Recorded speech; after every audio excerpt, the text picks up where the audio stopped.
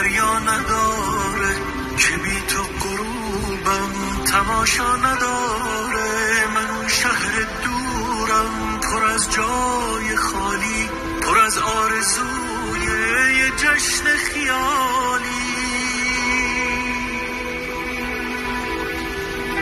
چقدر فکر کردم به دل بستگی هم، به یه خواب راحت واسه خستگی هم، با یه بالش پر پر از آرزوها. چقدر فکر کردم به پرواز قوها.